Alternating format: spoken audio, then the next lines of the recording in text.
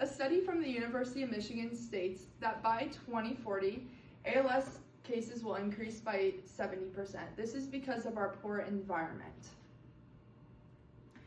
ALS is a very fatal but rare disease that everyone should be aware of because of what ALS is, the stories behind ALS, and how people get ALS.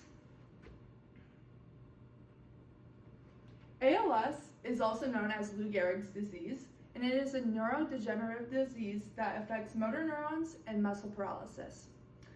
There is also no treatment to this disease, causing it to be terminal. ALS, there's many symptoms, starting from before people get diagnosed with ALS and during the process of ALS.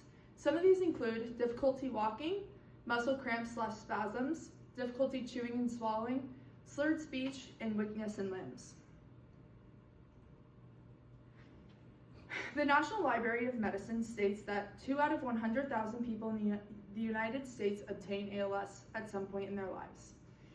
Men are more likely to obtain this disease. There's really no known factors as to why it's just the case, and the mean age for ALS is about 60 years of age and older.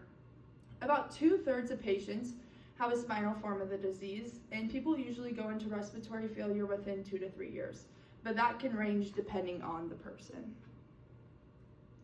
Now that we've looked at what amyotrophic lateral sclerosis is, we're going to look at the stories behind it. We're talking about 2 stories from the book Navigating Life with Amyotrophic Lateral Sclerosis, made in 2017 by M.B. Bromberg and Banks Bromberg. The first lady we're talking about is 65-year-old Betty. She was a singer in church, and she started realizing that she was having some difficulties with it, and she also needed a lot more water to swallow her food. And her husband also started to notice her personality changes, such as gaining more anxiety and having more depression. And so this obviously caused the rest of her family to get concerned. So then she ended up getting diagnosed with ALS by a neurologist later on. The next person that we have is 58-year-old John. He was a farmer, and like many farmers, they like to do a lot of things by themselves and never ask for help. And so when he started realizing that he was having trouble buttoning his own shirt, opening jars, and cutting up his own food, he realized that he might have had a problem. And his hands also started to cramp more than usual, and so when he looked at his hands one day, he realized that the muscles in his hands were shrinking just like this guy's. And his wife obviously noticed real quickly when he started asking for more tasks to be done for him, and so they took him to a neurologist as well and got diagnosed with ALS. The next story I have is from my own grandpa. He started realizing symptoms in the summer of 2016, and his early symptoms were dropping things, struggling to cut food, and moving around.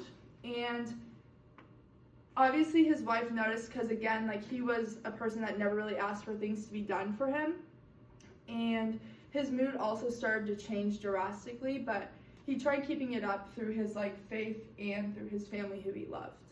He then got diagnosed with ALS in 2017 with an EMG test, and he ended up passing away in March of 2019.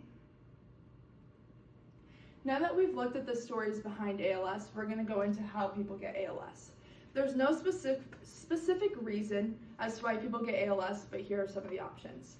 About 10 to 15% of the cases are hereditary, and so that means they run through the family.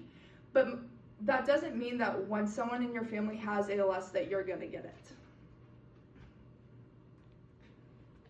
The next option is sporadic cases, and this covers up to about 85% of the cases. And they come from genetic mutations and toxic environmental exposures such as poor air quality, smoking, and lead in water. Overall, there needs to be a lot more research done on the disease of ALS, but there's a lack of participation coming from patients that have ALS because most of them don't want to really know why they have ALS because it can kind of be disturbing for most, and it's just kind of expensive to volunteer. And for the overall research, it is about $174 million. Now that we've looked into what ALS is, the stories behind ALS, and what the reasons are for people having ALS, we now know that ALS is a very rare but fatal disease that many people don't know about. So the next time you hear about an ALS case, now you can know much more about it.